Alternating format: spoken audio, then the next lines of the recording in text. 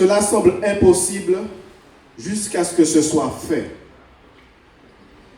En effet, sur le long et périlleux chemin de l'entrepreneuriat, les doutes, le manque de confiance, les obstacles sont légion. En ce jeudi 7 novembre 2024, la place Joyeuse de Trinité a été le théâtre de la 3e édition du village de la création d'entreprises et de l'innovation, un événement majeur pour la jeunesse martiniquaise. Malgré un temps capricieux, les gouttes de pluie n'ont pas refroidi l'enthousiasme des nombreux participants, invités et des 20 créateurs d'entreprises en lice pour le concours, dont les résultats étaient très attendus. La journée a débuté avec le discours d'ouverture des différents invités, une séquence riche de symboles où chaque mot soulignait l'engagement profond envers la jeunesse et l'avenir de la Martinique. Cette entrée en matière a rappelé à tous l'importance d'accompagner les jeunes entrepreneurs en leur offrant les outils nécessaires pour transformer leur idée en réalité tangible.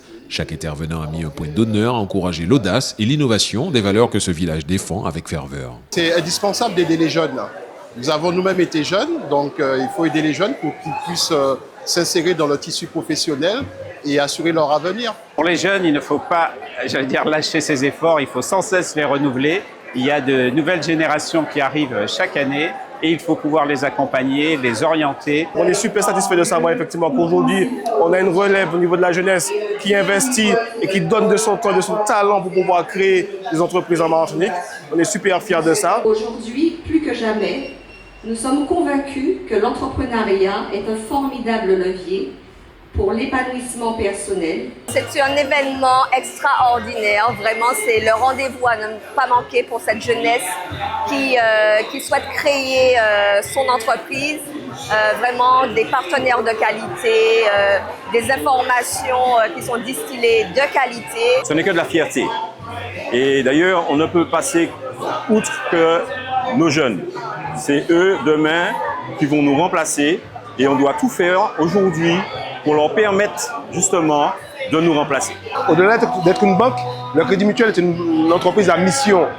Et notre mission, c'est quand même d'accompagner la jeunesse martiniquaise, je dirais, tout ce qui est développement économique. Donc, je crois qu'effectivement, cette mission-là, elle est noble et encourageante quand on voit tout le dynamisme qu'a cette jeunesse martiniquaise. Beaucoup travaillent actuellement pour faire baisser les prix, pour trouver des solutions pour diminuer l'impact de la vie chère.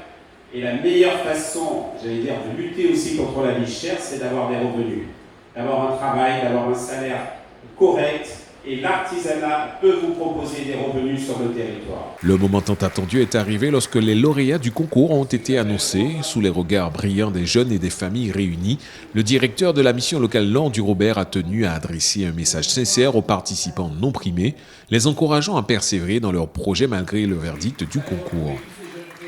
Puis, dans une atmosphère vibrante, Jean-Michel Loutobi a dévoilé les prix spéciaux, le prix coup de cœur, le prix de la créativité et enfin le prix du jury. Enfin, la tension a grimpé d'un cran lorsque les noms des 3 lauréats principaux ont été révélés. Sur la 3e marche du podium, Méline Monel, jeune repreneuse de la boutique familiale Monil de Makouba, a été célébrée pour sa démarche de transmission et de pérennisation du savoir-faire local.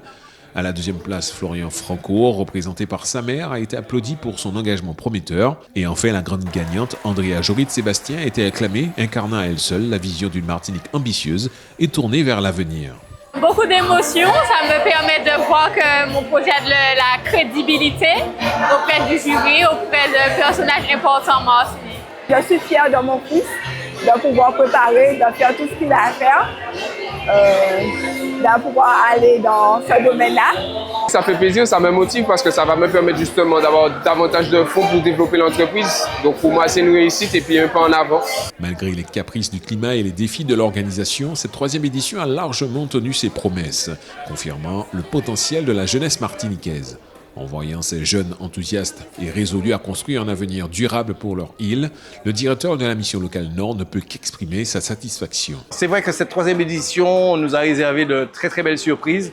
3e édition pour la partie stand, participants, la qualité des intervenants. Vraiment, je suis très très content, très fier.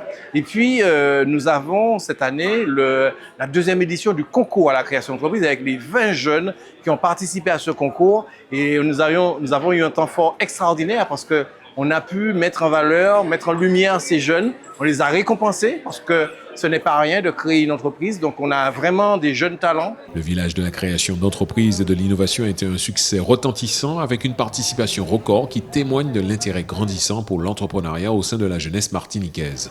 Un rendez-vous incontournable qui, année après année, bâtit un pont solide entre l'ambition de la jeunesse et l'avenir de la Martinique.